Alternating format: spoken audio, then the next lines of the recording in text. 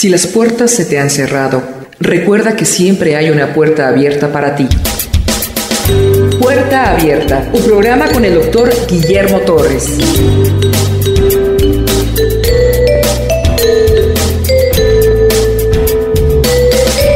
Capítulo 27 del libro de Hechos es el momento en que Pablo es enviado a Roma. Pablo no va en plan de paseo, Pablo va preso. Después de que Pablo tuvo un enfrentamiento con Félix, después tiene un encuentro 2 años después con Berenice y Agripa. Agripa concluye que Pablo debería ser puesto en libertad, pero como Pablo había apelado a César, a Roma, tiene que ir a César. El capítulo 27 empieza con el arranque de este viaje a Roma. Pablo ya había sufrido mucho, 2 años preso frente a Félix. Los judíos le querían pegar contra Agripa. Pablo está fatigado, pero entonces en las apariciones que Pablo ha tenido le dice: es necesario que testifiques en Roma, como testificaste en Jerusalén. Lo que menos necesita Pablo ahorita es viajar, y lo que menos necesita Pablo es naufragar. Pero vamos a ver qué es lo que dice Dios. Capítulo 27 del libro de Hechos. Cuando se decidió que habíamos de navegar para Italia, Roma, Lucas se incluye y dice: cuando se decidió que habíamos de navegar para Italia, antes que el gobernador decidiera, Dios había dicho que Pablo tenía que ir a Roma. Cuando se decidió que habíamos de navegar para Italia, entregaron a Pablo y a algunos otros presos a un centurión llamado Julio. Este hombre pertenecía a la compañía de Augusta, y embarcándonos en una nave adramitena que iba a tocar los puertos de Asia, zarpamos de Cesarea. Estando con nosotros, miren quiénes fueron los acompañantes de Pablo: Aristarco, que era macedonio, de Tesalónica, era griego, y Lucas, el que está escribiendo el libro, también se va con Pablo acompañándolo. Son 2 amigos de Pablo y Pablo. Al otro día llegamos a Sidón, se va por la costa. Ahí en Sidón hace una parada, y Julio, tratando humanamente a Pablo, le permitió que fuese a los amigos para ser atendido.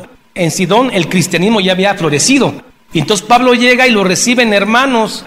Pablo contó con cierta libertad.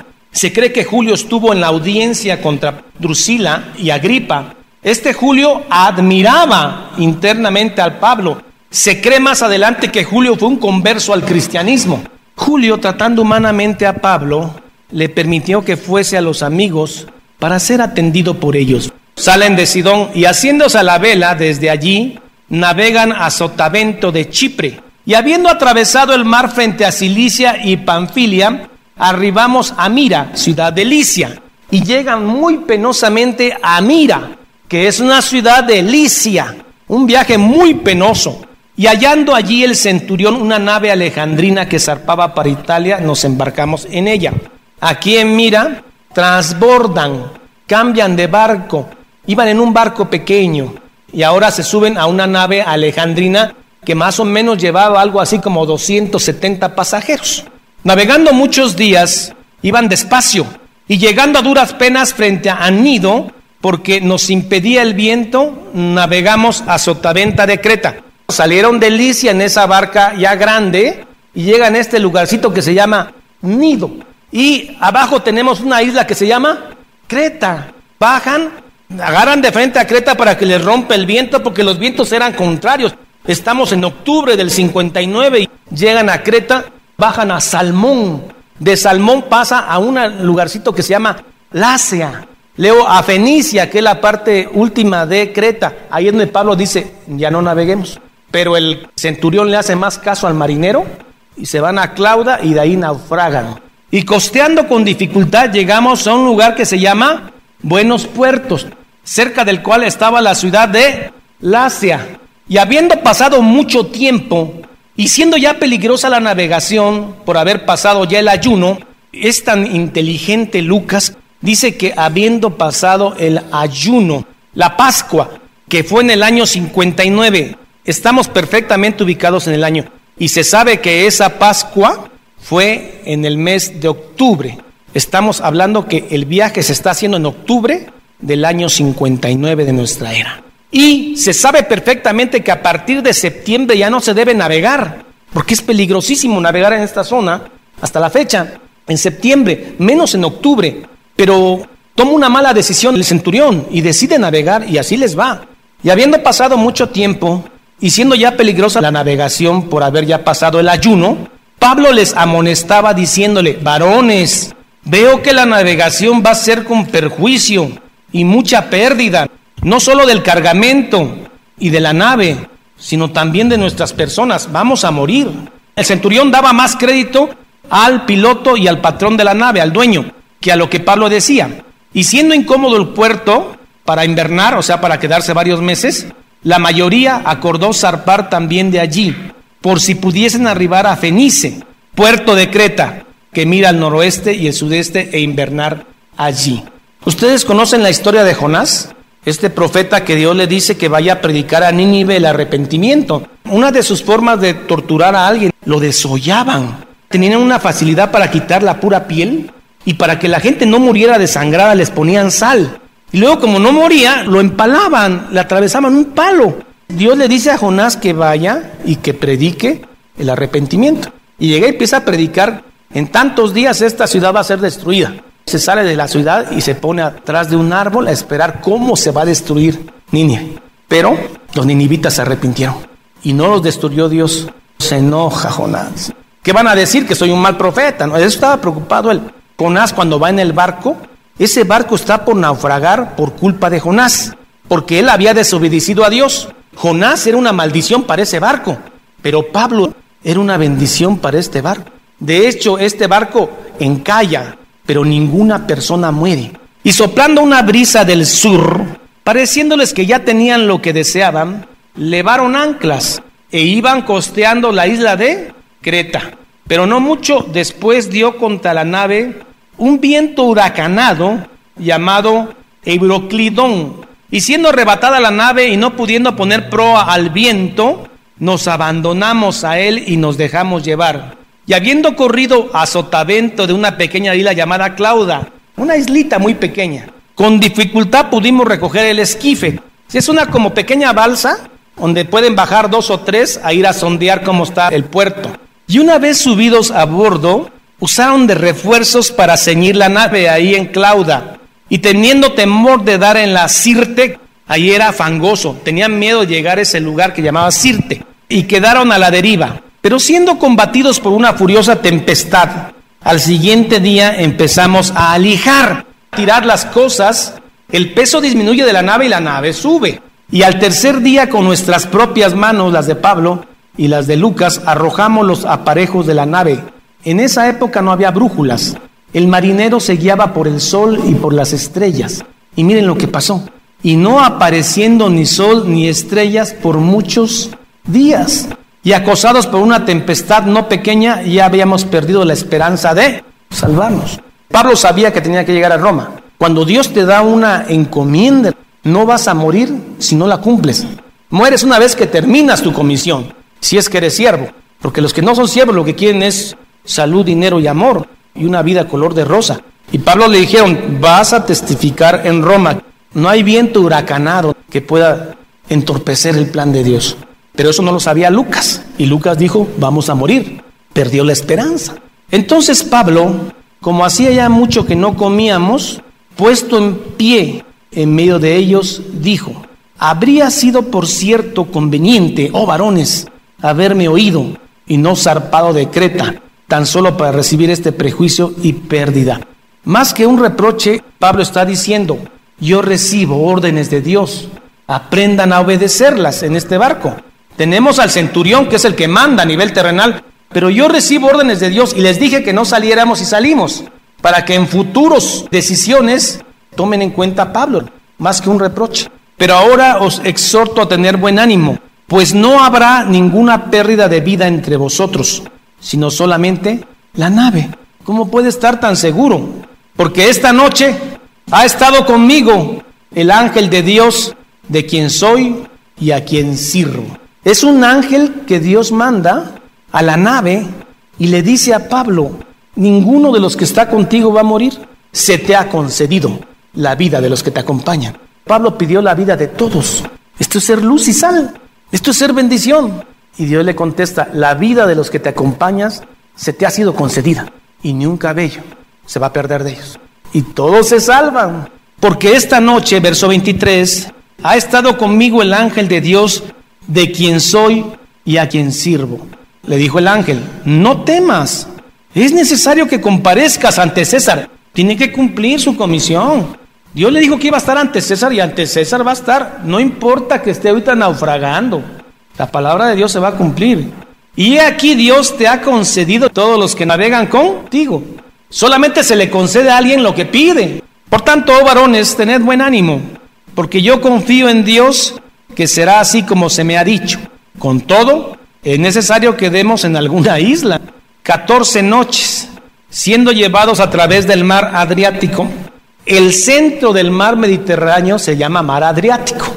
Venida la 14ª noche y siendo llevados a través del mar Adriático, a la medianoche los marineros sospecharon que estaba cerca de tierra. Conocen su oficio, se dieron cuenta que estaban cerca de una isla y echando la sonda hallaron 20 brazas. Primero, 20 brazas son 27 metros y 15 brazas son 36 metros. Y pasando un poco más adelante, volviendo a echar la sonda, hallaron 15 brazas, o sea 36 metros. Ya estaban cerca, dijeron, ya estamos cerca de una isla. Y temiendo dar en escollos, echaron 4 anclas por la popa y ansiaban que se hiciese de día. Miren el corazón de los marineros, miren.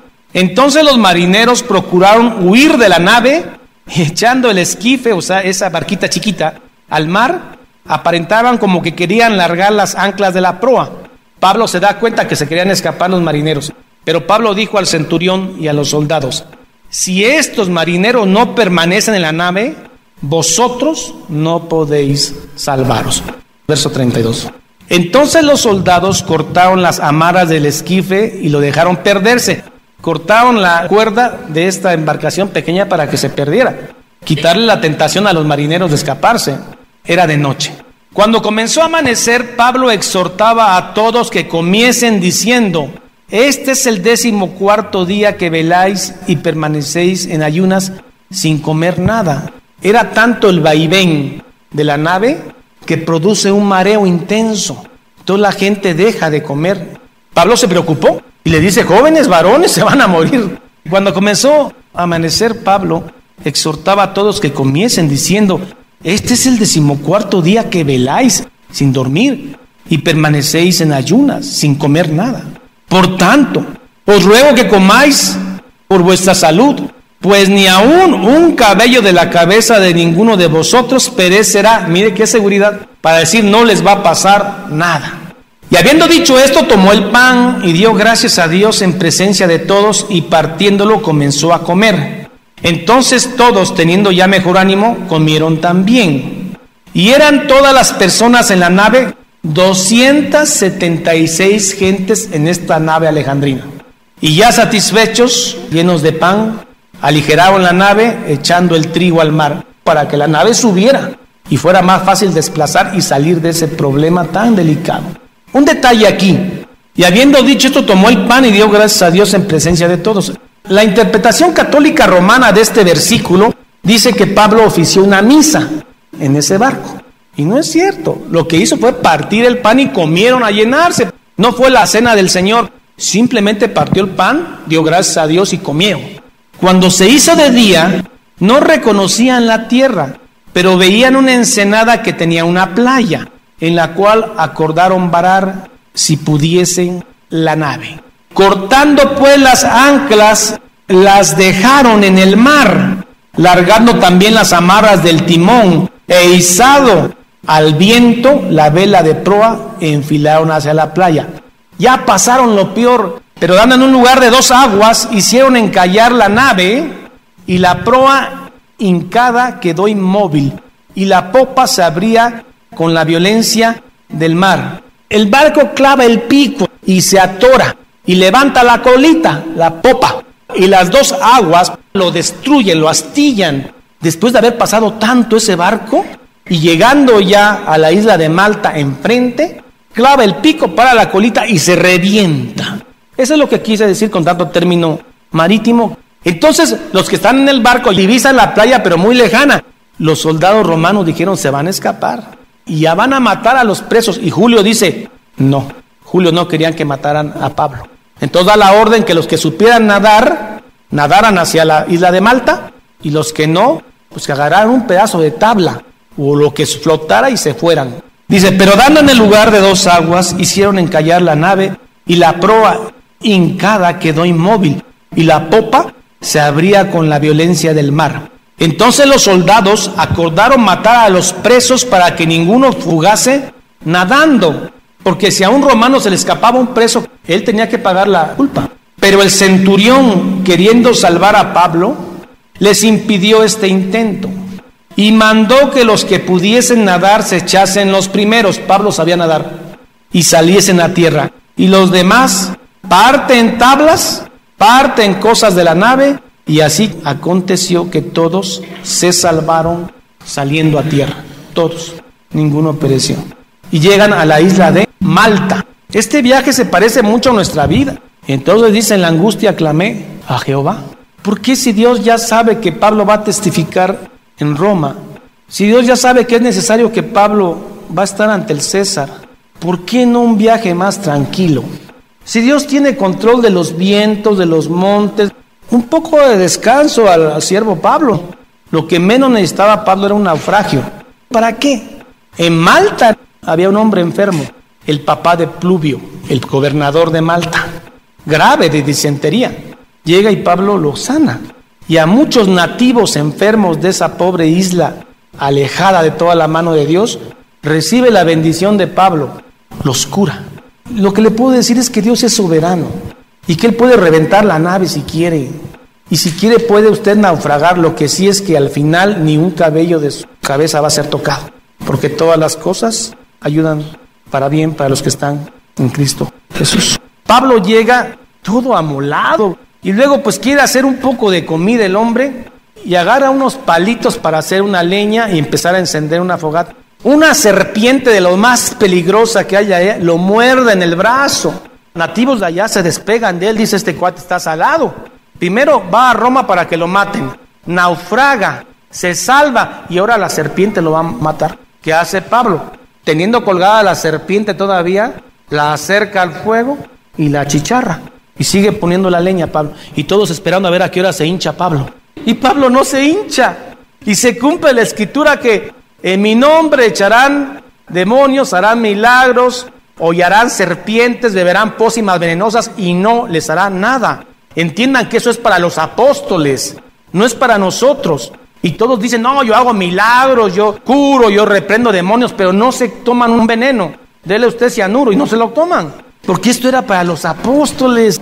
Y se cumple lo que Dios dice. Y le morderán serpientes y no morirán. Pero es para el grupo apostólico. Lo que menos necesitaba Pablo era un naufragio.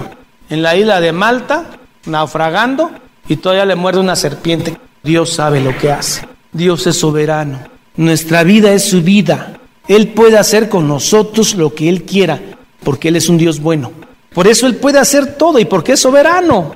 Dice David, mi vida está escondida en ti. Esa es nuestra vida, escondida en la cruz de Cristo, protegida, sotavento, en la cruz de Cristo. Y usted lo va a ver al final de su vida, cuando vea la fidelidad de Dios. Usted va a ver cómo Dios supo hacer todo para bien. Decía Pablo que cuando él decía que era fuerte, entonces era débil. Cuando Pablo decía que era débil, entonces era fuerte. Porque el poder de Dios se magnifica en tu debilidad, no en tu fortaleza. Por eso amamos al Señor, que Él es el que hace las cosas por amor de su nombre, ni siquiera por el hombre, por amor de su nombre. Cierre los ojos. Padre, en el nombre de Cristo Jesús te damos gracias por el lavamiento de nuestros pecados, porque tu sangre bendita nos limpia de todo mal, porque podemos entender la gracia en el perdón de los pecados, porque podemos ver la gracia en medio del naufragio de Pablo, porque podemos ver tu soberanía en medio de esa tribulación de Pablo. Pablo siempre amándote, Señor, porque sabía que tú habías dicho, Pablo, es necesario que testifiques en Roma, y te he concedido a todos los 270 que están contigo, y lo cumpliste, Señor. Te amamos, bendito Señor, porque usted sabe hacer las cosas. A veces, Señor, en nuestra vida nos quedamos sin sol y sin estrellas y no tenemos brújula. Entonces es la palabra de Cristo y la sangre de Cristo que como luz, como poder, nos dice: aquí estoy, hijo mío, toma mi mano y camina junto a mí. Que el Señor los bendiga, mis hermanos, y les dé de su gracia y de su misericordia. En el nombre de Jesús. Amén y amén.